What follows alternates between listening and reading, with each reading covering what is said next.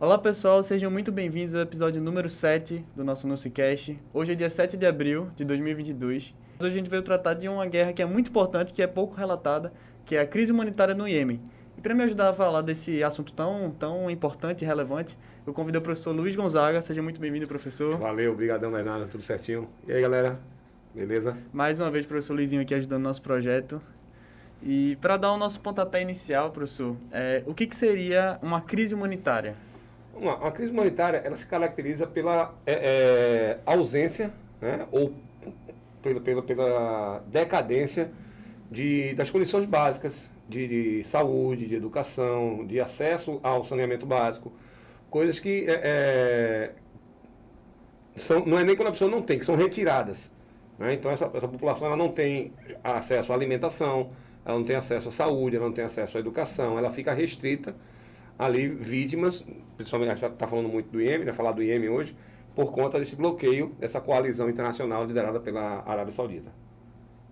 E onde exatamente fica localizado o Iêmen? Porque a gente tem muito, por não ouvir pouco, a gente não tem nem ideia muitas vezes de onde é E que onde fica. O Iêmen fica numa região chamada Chifre da África, ali no norte da África um pouquinho, certo? E ela é uma região estrategicamente muito importante, porque ela é passagem de navios de petróleo, certo? E a gente tem que lembrar que é o norte da África, Síria, Marrocos, né? Esses países, eles têm uma formação geológica que é rica em petróleo. O próprio Oriente Médio, quando você tem aquela separação, fragmentação dos continentes, na Pangeia, ele fica com a área ali, mas aquele norte da África também é muito importante para isso. E ali você tem o canal de Suez, você tem aqueles estreitos que vão passando por ali, e é uma rota de navios petroleiros muito grande.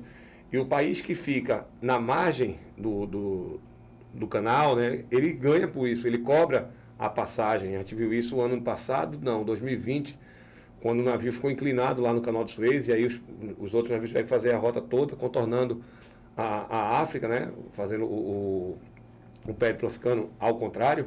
Então tudo isso vai fazer com que esse país ele seja estrategicamente controlado. É um país que está no norte da África, mas que principalmente a parte estratégica, a porção dele ali no Oceano Índico, é fundamental para a passagem de navios petroleiros. Então quem controlar ele vai, obviamente, facilitar a disputa dessa guerra. A gente está falando de duas potências do Oriente Médio, né? A gente está falando do Irã e da Arábia Saudita. Então a disputa é basicamente entre eles. É a disputa que vai garantir não só um controle comercial, mas um controle energético com Isso, com o isso. petróleo. Porque aí, se eu domino essa área, eu não deixo o seu navio passar. Então, teoricamente, eu vou enfraquecer você financeiramente, e aí eu vou dominar não só o Iêmen, a estratégia dele, da guerra está ali, né? Mas você vai enfraquecer também o país lá no Oriente Médio. Você vai ganhar força no Oriente Médio, dominando aquela área que é uma área de passagem. E toda essa crise ela se iniciou em 2014 com a guerra civil que assolou o território no Iêmen?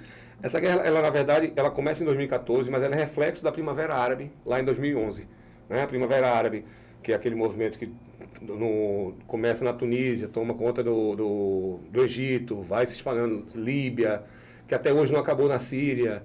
Né? Então, ele vem por isso. E aí o Iêmen, ele necessitava passar por uma transição. O Iêmen, a Primavera Árabe é aí das ruas, né, para pedir aqueles ditadores, eu estou com a cola aqui, tá? Ali Abdullah Saleh é o presidente do Iêmen, passa 33 anos no governo, e a população pede a saída dele. Né? Mas ele controla com mão de ferro o país. E aí, em determinado momento, ele se vê enfraquecido e ele acena um contato, um diálogo com os sauditas. E isso é muito mal visto pela população, parte da população, e por uma tribo chamada Houthis, que é apoiado pelos xiitas, que são apoiados, né, esses xiitas na África são apoiados pelo Irã. E aí o Irã se aproveita disso, e com o enfraquecimento do presidente, ele sai. O que é que acontece? O Irã, ele meio que, na hora que o presidente acena com esse diálogo, os Houthis, eles veem esse diálogo, essa possibilidade de uma abertura de um diálogo como uma traição. Então esse presidente ele é assassinado, tá? O vice dele assume, mas é um vice que não tem muita força, e em 2014 realmente tem início uma guerra civil liderada. Se vai pensar, guerra civil é uma guerra que acontece dentro do país, entre os habitantes do país, mas ela tem duas potências, o Irã, como a gente já falou aqui, o Irã e a Arábia Saudita comandando isso aí. Lembrando que a Arábia Saudita ela tem uma ligação muito forte com os países Reino Unido, França, Estados Unidos, que ela combate com armamento vendido por esses países. Então, por isso que a gente chama de coalizão internacional, porque são os países que têm interesse naquela região. Então fica o geopolítico e por trás, né? Não Isso. só o direto. Mas, assim, qual seria o objetivo principal desse conflito armado, além da guerra civil? O objetivo principal realmente é o controle dessa área, desse estreito. Deixa eu ver se eu acho o nome dele por aqui. Certo? Desse estreito. E para evitar que eles não... O país adversário, ele não passe lá. Deixa eu buscar aqui, tá? Achei... E um dado importante aí desse conflito é que 82% da população necessita de ajuda urgente. Urgente. E 16 milhões de pessoas estão passando fome. Então, é literalmente passando fome. Achei aqui, ó. Estreito de Bab el Mandeb, que faz a ligação entre a Rússia, né? Rússia, a gente tá com guerra da Rússia dentro da cabeça, desculpa. Entre a África, certo? Faz a ligação com a África, porque essa região era estrategicamente por causa do navio petroleiro. Então ele vai fazer com que essa rota fique fechada para os navios rivais, favorecendo o seu, e aí você vai fornecer petróleo. E no momento, só para citar novamente, que você tem a Europa fazendo essas sanções, né, emitindo sanções contra o petróleo, contra os russos, você ter essa facilidade de passagem por ali é importantíssimo. Você tem mais algum acesso, fica mais barato. Então você tem isso daí. A população do Iêmen, no mês passado, Bernardo, só em março, a gente fala muito da guerra da Rússia com a Ucrânia, em março, a Arábia Saudita lançou 700 ataques aéreos contra o Iêmen. Quer dizer, é um país que já está devastado, porque a guerra ela literalmente começa oficialmente em 2014, quer dizer, são 8 anos de guerra. Então não é um país que está, se a gente vê nos noticiários o que está acontecendo, como a Ucrânia já está arrasada, você imagina um país que está em guerra há 8 anos e que só o mês passado recebeu 700 ataques aéreos da Arábia Saudita. Só no mês passado, né? E como que a participação de grupos terroristas como a Al-Qaeda influenciaram nesse conflito? Porque a Al-Qaeda, ela é aliada, certo? A gente tem uma série de conflitos geopolíticos. Você tem que a gente pensa que é conflito religioso. Você tem os xiitas, você tem os sunitas. E a Al-Qaeda, ela é aliada aos sunitas, rivais dos Houthis. Né? Ela é contra a Arábia Saudita. Vê como é engraçado. Ela é contrária à Arábia Saudita, mas ela é contrária aos xiitas que hoje apoiam o Irã. Então, nessa guerra, para ela, quanto mais eles guerrearem, mais fracos eles ficarem, ela termina assumindo essa posição de controle desse estreito. Então, você tem toda uma movimentação, né? Porque algumas pessoas falam que os Houthis, eles são ligados, é como se fosse um braço armado, mais armado na África do Estado Islâmico, tá? E aí ela é rival do Estado Islâmico. Isso vai influenciar diretamente na guerra da Síria, que também está em guerra desde 2011, ou seja, são 11 anos de conflito. A gente tem falado muito, muito da guerra da Rússia e da Ucrânia, porque ela acontece no olho, no coração do mundo lá na Europa. Mas a gente tem uma série de conflitos espalhados pelo mundo aí que são muito importantes e que causam tantos danos. E outro dado aqui que é a destruição da infraestrutura do país, as restrições do importamento de comida, de medicamentos, de combustível. E isso fez com que a ONU decretasse a situação humanitária catastrófica. Porque a falta de infraestrutura ela levou esse país à maior epidemia de cólera do mundo. Então, além da guerra, o país sofre com chuvas torrenciais, fomes agudas, inundações, crise de combustíveis, praga de gafanhoto e agora Covid-19. Então, imagina como é que está esse território. É uma região que fica numa região é um país que fica numa região de clima quase equatorial, né? Então você tem uma evapotranspiração muito alta, você vai ter muitas chuvas realmente. E apesar de como o clima é um clima que chuvoso, porém muito quente, você tem todos esses fatores climáticos adversos, situação climática adversa. Aí você tem a falta de ajuda que não pode chegar, de outros países que não pode chegar. Ele teoricamente está isolado, porque você não pode ter um controle, você não tem um comando, você não tem com quem negociar. Você não tem o presidente, ele está enfraquecido porque ele tem que primeiro arrumar a casa. Então ele não consegue negociar com ninguém. Com quem ele consegue, as potências não deixam ele comercializar, ele negociar. Então ele está isolado. E além disso, agora a coalizão, agora não, né, de 2018 para cá, impediu a entrada de ajuda humanitária. Então, quer dizer, não seria nem um comércio, seria uma ajuda, como a gente viu taxistas saindo de Madrid para buscar refugiados ucranianos. Nem isso pode. O bloqueio total. Tanto é que isso tudo, todo esse contexto, fez com que a ONU classificasse a situação do Iêmen como a pior crise humanitária do mundo. Mas o que está sendo feito hoje no Iêmen, né? Atualmente você tem uma tentativa, né, de você poder receber essa ajuda. Qual é o grande problema? É que os dois lados, eles negam que estejam fazendo o bloqueio. Os dois fazem, mas os dois negam. Então essa ajuda não pode chegar, termina chegando. Você tem aí 45% só dos postos de saúde que funcionam no IEM. É um número absurdo. Tu falou da cólera, estou vendo aqui, ó, 2.200 pessoas só até o final de 2021, desculpa. Tá? Então, para que você possa ter noção, o presidente atual, que era o vice, né, ele pediu para que fossem interrompidos os ataques aéreos, pelo menos os ataques aéreos. Né, vamos, pelo menos porque... Qual é o problema do ataque aéreo, Bernardo? De novo, citando Rússia, Ucrânia, qualquer...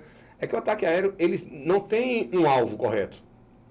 Né? Ele vai acertar civis, ele vai matar civis, não vai matar quem está na guerra. Né? Porque por mais que os dois neguem que existe uma guerra, e uma guerra civil controlada por países de fora. Então ele vai negar que existe a guerra, os dois negam que existe a guerra, os dois são condenados pela ONU por crimes de guerra. A gente está debatendo muito se o Putin fez crime de guerra, cometeu crime de guerra na cidade de Bucha agora. Os dois são condenados pela ONU já por crime de guerra, mas os dois negam. Os dois negam. E aí você tem que se proteger. Obviamente, você tem o Irã, aí você vai ter uma certa aliança com a China, com a Rússia, que é mais desse viés, e você tem a Arábia Saudita, com o Reino Unido, com os Estados Unidos, você tem toda essa parte. O presidente, ele pede que a coalizão pare de bombardear. A coalizão aceita, só que os rebeldes Houthis, eles acham que esse pedido termina sendo uma aproximação do presidente com a coalizão, como se fosse ter um contragolpe. Não, a gente para, mas deixa a gente se aproximar um pouquinho mais de você. E aí eles terminam não deixando. Por isso que o Saleh foi assassinado, por isso que o Hadi não tem tanta força. Então é meio que até um bloqueio da própria população, né? Da própria população. Porque, por exemplo, o receio de ser tomado pela... Você tem essa região, você tem a capital, né, Saná, você tem essa região muito ligada a costumes. Então, aquela coisa de você começa a ver o saudita chegando aqui, você vai ver...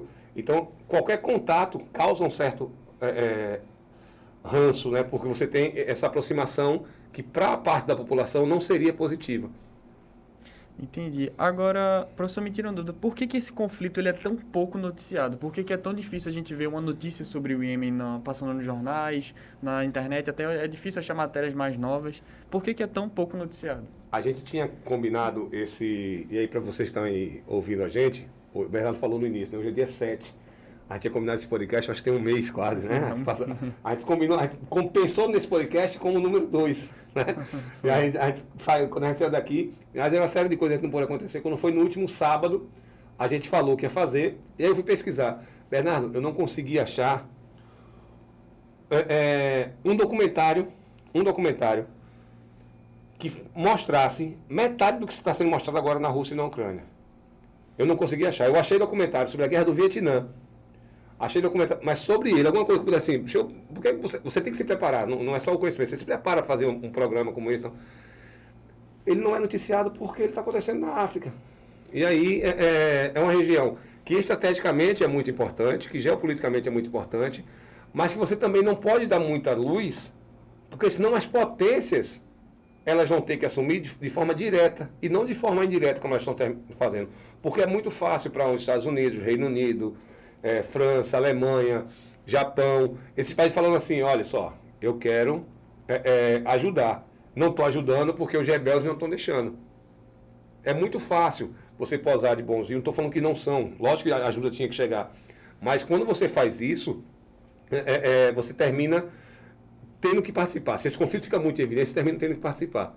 Um exemplo que eu tenho usado, é muito engraçado você pensar que Israel, né, que está no conflito com a Palestina, né, muito antigo, se propôs como auxiliar a paz na Rússia e na Ucrânia. Então você tem...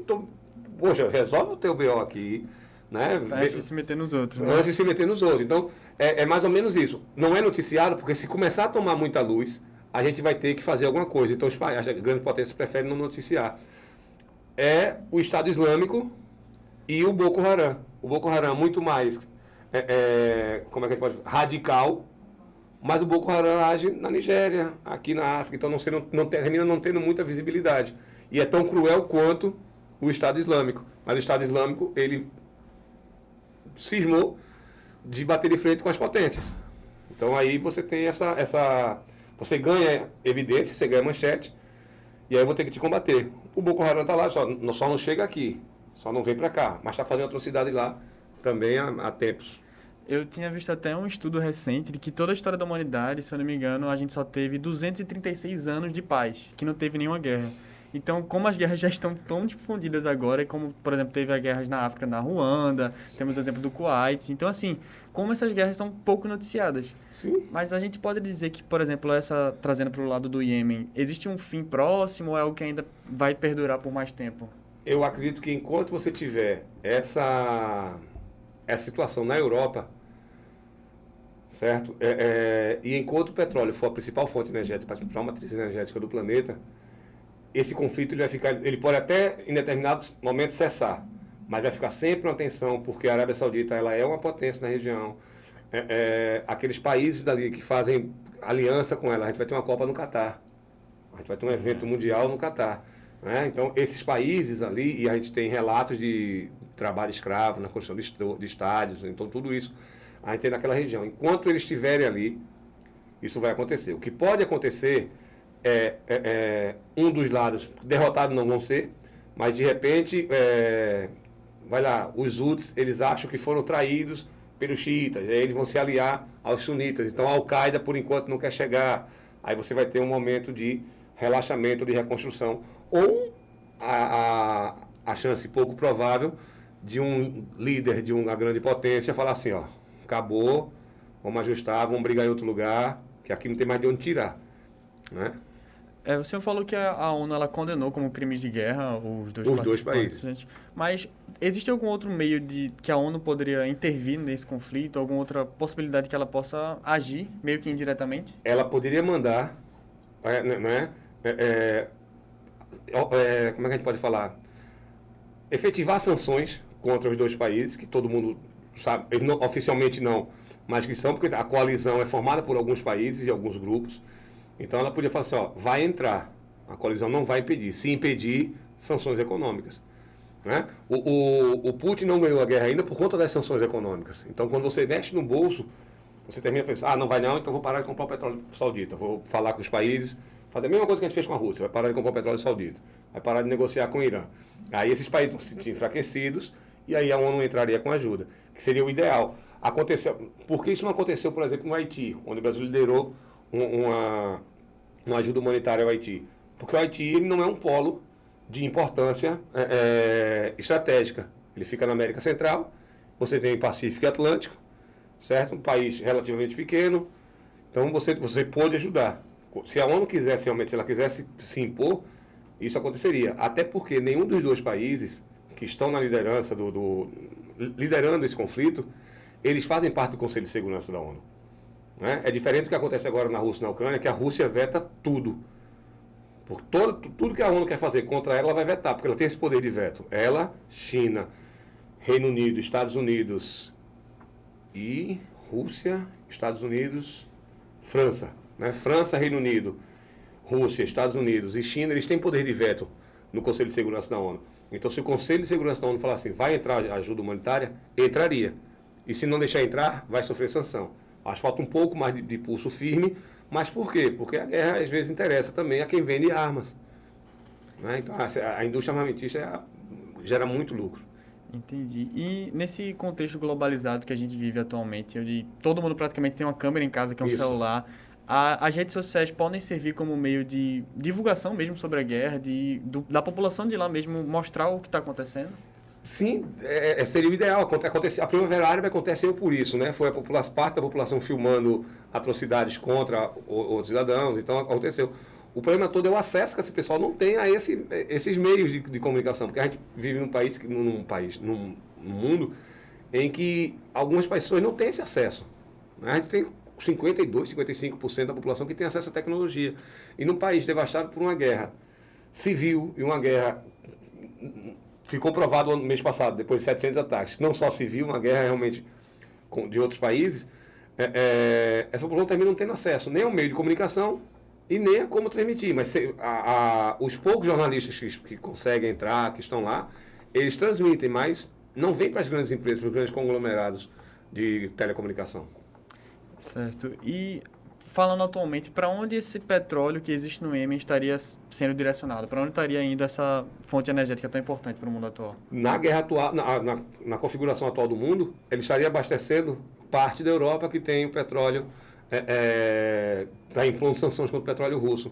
Abasteceria os Estados Unidos, porque com relação a isso ainda não chegou a um consenso na Europa, né? Ninguém ainda bloqueou o petróleo russo.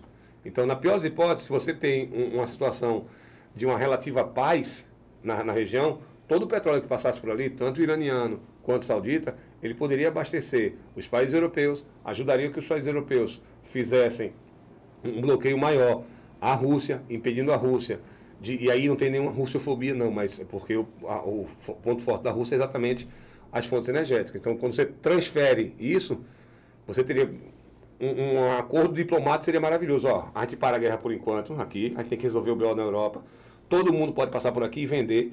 Enquanto todo mundo passa por aqui, uma galera vai entrar para ajudar a população. Né? Então, eu vou ajudar a população do Iêmen com ajuda humanitária pela ONU, e o petróleo vocês podem passar e vocês negociam com quem vocês quiserem. Não seria interessante para o Irã, porque o Irã tem um mercado muito mais restrito na Europa e nos Estados Unidos, obviamente, pela rivalidade, mas para a Arábia Saudita seria maravilhoso. Por isso que o Irã não aceita essa queda, né? Essa quebra de cessar-fogo.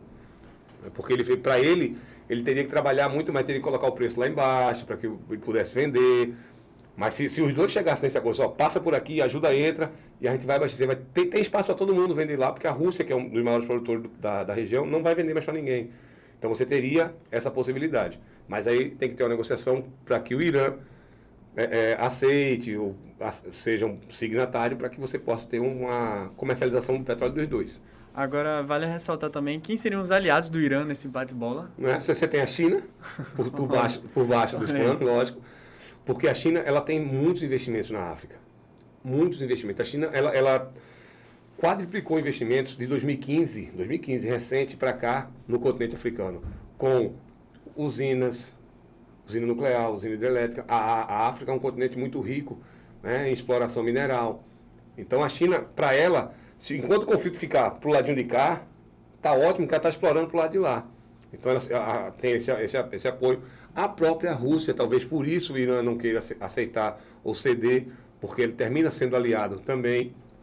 Obviamente, Coreia do Norte, o que os Estados Unidos, essa visão ocidentalizada que a gente tem, chamam de eixo do mal, que na verdade não são países que têm apenas visões diferentes da nossa, mas esses países terminam se aliando a outros, porque é como se fosse um pequeno grupo que está sempre sendo a cara do mal. Né? Irã, Coreia do Norte, né? A China. Então esses países estão sempre como se fossem o mal, a Rússia também. Né? No mês de fevereiro, que antecederia o carnaval aqui, os Houthis, eles lançaram um míssil em direção à capital saudita, a Riad. Né? Esse lançamento desse míssil foi o que provocou esses 700 ataques aéreos.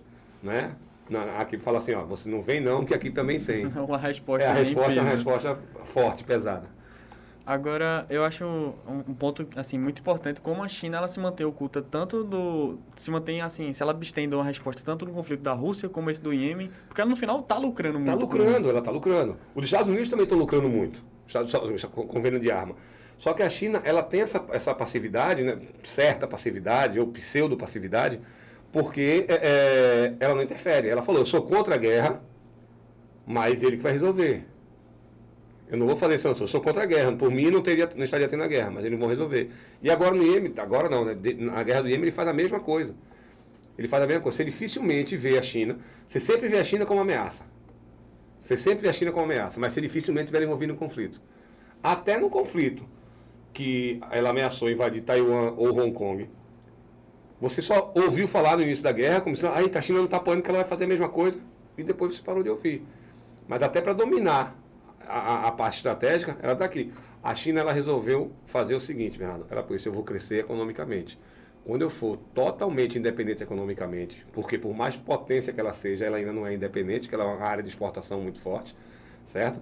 Ela controla o que sai, mas ela fica com a parte, mas ainda é muita exportação.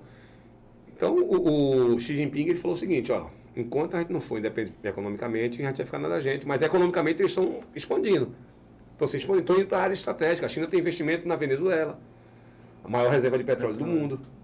Então, ela tem... Os Estados Unidos quiseram se aproximar da Venezuela, e o Maduro falou, agora não, depois a gente volta a conversar.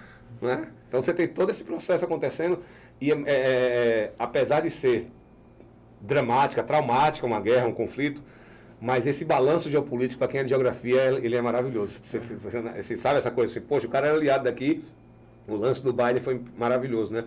Ele, rival se você pensar, há 2 anos, os Estados Unidos era aliado da Rússia, porque o Trump era aliado do Biden, né? E aí entra um presidente que é rival, acontece uma guerra, ele continua rival da Venezuela, por conta da guerra ele tenta se aproximar da Venezuela, né? Então, esse jogo, esse balanço, geograficamente ele é bonito, mas a guerra não é bonita, não.